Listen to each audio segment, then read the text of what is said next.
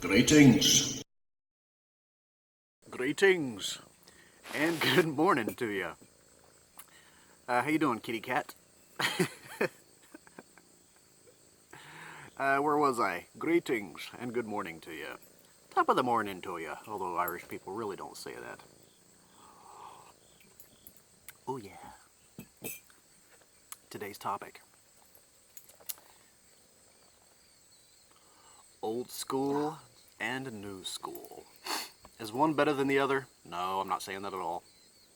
I've got a cheesy little PowerPoint presentation that I'm going to run here.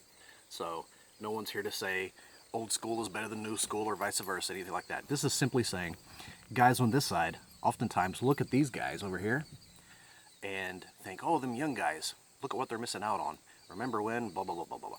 So today's presentation is going to talk about what these guys are always talking about that they don't necessarily see so much with a lot of these guys today. And again, there are exceptions, and these are just general statements. Again, one is not better than the other.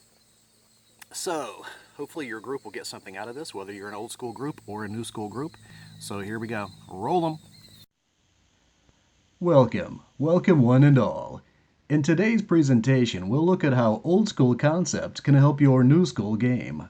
Not that these old school ideals aren't used in today's games, but the foundations of these concepts certainly deserve some consideration. One primary difference you'll notice is old school, theater of the mind, versus the new school, lots of visuals and effects. With theater of the mind, hardly any props are used.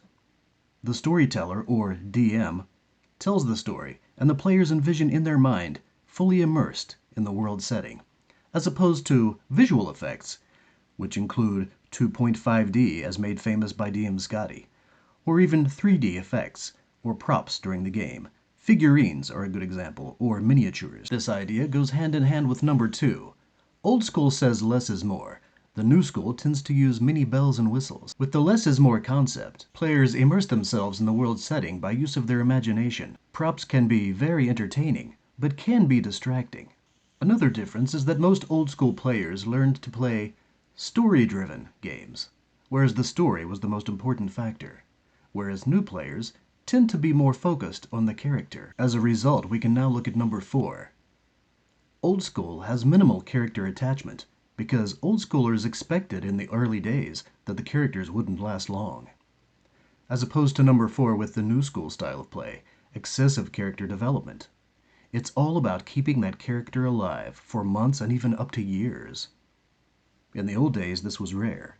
Today, it's rather expected. Old school players remember a time when the rules were meant to be flexible or customizable, so that DMs could pick and choose and customize the rule set depending on the gaming group.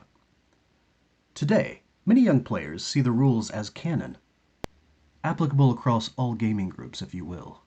So, with these two schools of thought in mind, what are some goals for gamers? Number 1. Keep rules minimal. In other words, spend your time adventuring, not gaming. If debating rules is what interests you, you may not be comfortable with a group that prefers the game to be moving along with a steady flow. Next, forget the spotlight. When the focus is placed primarily on your character, the story gets neglected. Let the story shine, and by your participation with your character, the character will shine on his own, and through the story will become a hero of legend. Next, speak for your character, not about your character. Remember, the object of the game is to experience the adventure through the eyes of the character, not to have memories of someone sitting at a table rolling dice. Don't rush your most valuable resource, information. Ask questions. What does it smell like? Which way is the wind blowing? What do I feel? It's usually the small details that will keep your character alive and well. Next, be afraid. Don't try to draw up a superhero by stat matrixing and making every number as high as possible. Have weaknesses. This fear of death is what makes these earned rewards, also known as experience points, so well deserved. Another helpful tip is to minimize distractions. Find the zone.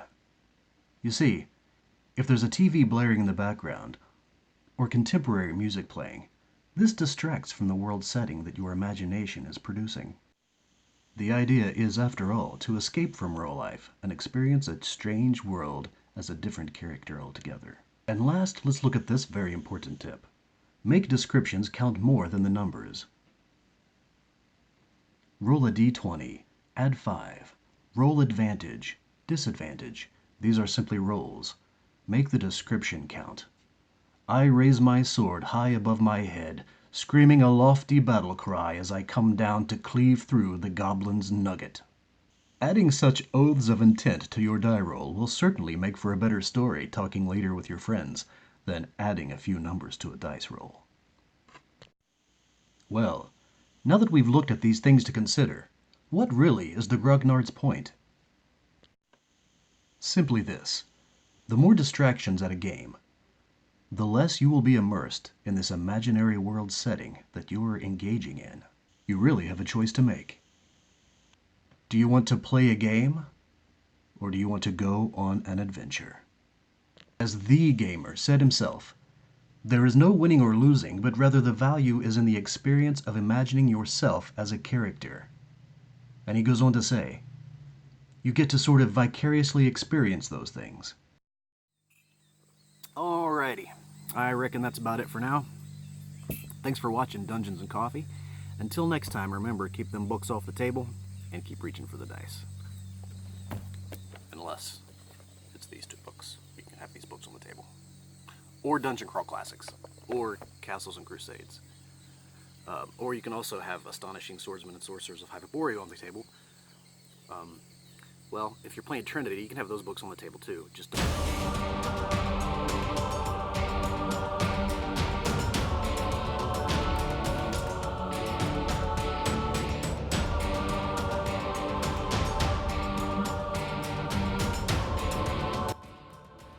Greetings. From the dawn of time we came, moving silently down through the centuries, living many secret lives, struggling... Messed up. Crazy cat.